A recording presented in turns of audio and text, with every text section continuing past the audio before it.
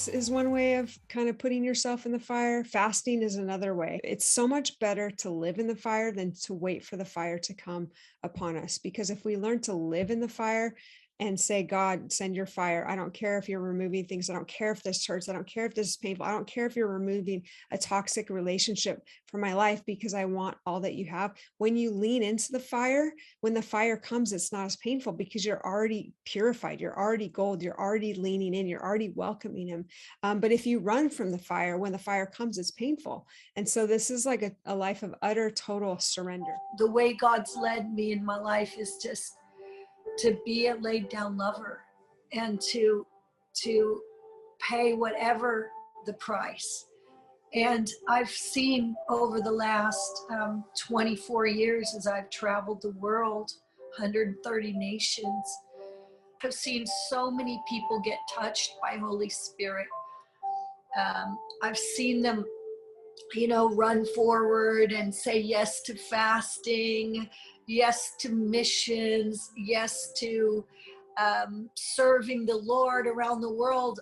But when the cost starts coming in, when it's time to buy that ticket, when it's time to maybe say no to a relationship that you believe the Lord was giving you, those kinds of yeses that literally mark your life, those are costly.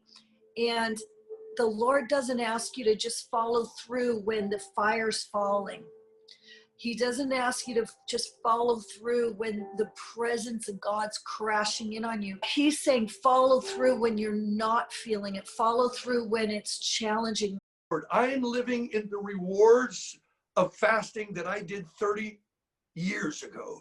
I'm seeing the rewards of those that at times I didn't see them immediately, but there will be a reward, believe me, because God keeps his promise. So tend that inward fire. I've said about this Nazarite fasting and prayer movement, I've said, if you have an inward burn, John the Baptist was a burning and shining lamp because he was a fasting man. It was because he cultivated that fire with fasting. It's called fasting for fire. That's what happened to John. He fasts, and Jesus writes on the epitaph of his life, he was a burning and shining lamp, and you enjoyed his light for a little while. What we got today are pseudo prophets who think they can speak on their cell phones and be prophets when they've never paid the price to get a voice. Listen, we got noise, noise, noise. What we need is voice, voice, voice. John said, I'm the voice crying in the wilderness. Why not shut up for a while and get a word that burns inside of you and that you try not even to say? Don't even try to put it on the YouTube. Jeremiah says, I tried to shut the word of the Lord in, but I get weary of shutting it. It became like a fire within me, like a hammer that shatters the rock. We got too many noises out there and not enough voices. And the voices are forged in the deserts of fasting, not the deserts of feasting. Huh. And that's a good word. And I will say this, living that fasting lifestyle where I was weekly fasting, it revolutionized my life. I don't know if I'd be where I'm at right now if I wasn't doing it. Now I have no metric I can measure that by, but I know that was a major part of my growth. So be very careful. We don't want to make it religious. We don't want to make it just this rule. There is grace in the middle of all of it as you seek him. You do have a moment of weakness, which we all do. And I don't care who you are. We all have moments of weakness in the middle of our fast. Just keep going. See it through to the end. And don't take it as a sign that you don't have strength or whatever it is. No, I don't remember a fast that I've done perfectly. I don't remember a single one that I have done perfectly, by maybe others' standards, whatever. It's okay. It is a physical prayer with your body 24/7. So just keep going.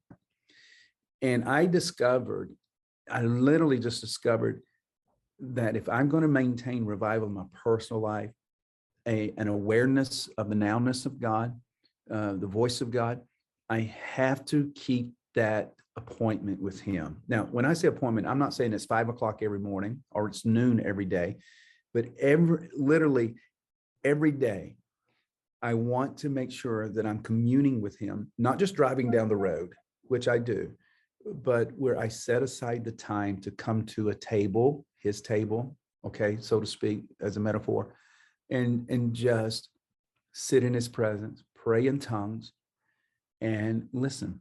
See, prayer without fasting is selfish prayers often, can produce selfish praying. Fasting without praying is just a religious diet. But if you mix prayer and fasting together, something happens that can cast out a devil. Fasting feeds faith, proper fasting. Now, fasting, again, as we mentioned, is kind of a part of a holistic effort. I always believe that fasting should be done in concord with two other elements. There's prayer, there's fasting, and there's giving. A three-strand cord is not easily broken. Those three things, I truly believe, are the difference between 30-fold, 60-fold, and 100-fold. If you're just praying, you get 30-fold. If you pray and fast, you get 60-fold. But if you pray, fast, and give, there's 100-fold. Because every aspect, when you're doing those three things, every aspect of your being now is on the altar when you do that. And yeah, the Holy Spirit is rain, he is wine, he is oil, he is fire, and he loves to be all those things. But each of those things are a distinct personality, and he's a person. He's the third person of the Trinity. The fire has a nature, the oil has a nature. It is all one spirit. And he longs to walk in friendship and intimacy, and he longs for invitation.